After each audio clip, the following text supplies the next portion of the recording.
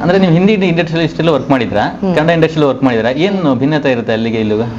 ಈಗ ಸಣ್ಣ ಕ್ಯಾರೆಕ್ಟರ್ ಮಾಡ್ತಿದ್ದಾರೆ ಅಂತನೋ ಅಥವಾ ವೆಲ್ ನೋನ್ ಆಕ್ಟರ್ ಅಲ್ಲ ಅಂತ ಎಲ್ಲ ನೋಡಕ್ಕೆ ಹೋಗಲ್ಲ. ಇವರು ಪರ್ಫಾರ್ಮರ್, ಇವ್ರಿಗೆ ನಾವು ಯಾವ ರೆಸ್ಪೆಕ್ಟ್ ಕೊಡ್ಬೇಕು ಅದನ್ನ ಸೂಪರ್ ಆಗಿ ಕೊಡ್ತಾರೆ. ಅಂಡ್ ತುಂಬಾ ಪ್ರೊಫೆಷನಲ್ ಹಿಂದಿ ಇಂಡಸ್ಟ್ರಿಲಿ. ಈಗ ಇದ್ರಲ್ಲೇ ಕೂಡ ಈವನ್ ಈ ಹನ್ಸಲ್ ಮೆಹ್ತಾ ಗಾಂಧಿ ವೆಬ್ ಸೀರೀಸ್ ಅಲ್ಲಿ ಕೂಡ ಅದೇ ನಾನು ಅನ್ನೋಟಿಸ್ಡ್ ಕ್ಯಾರೆಕ್ಟರ್ ಮೇ ಬಿ ನಂದು.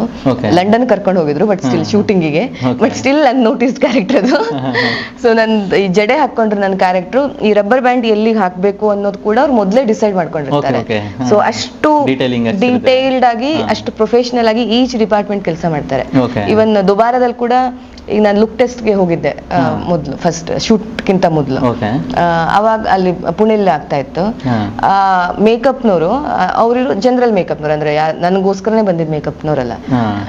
ಅವರು ನಾನ್ ಬರೋದ್ಕಿಂತ ಮೊದಲು ನನ್ನ ಫೋಟೋಸ್ ನೋಡಿ ಫೇಸ್ಬುಕ್ ಅಲ್ಲಿ ಅಲ್ಲಿ ಇಲ್ಲಿ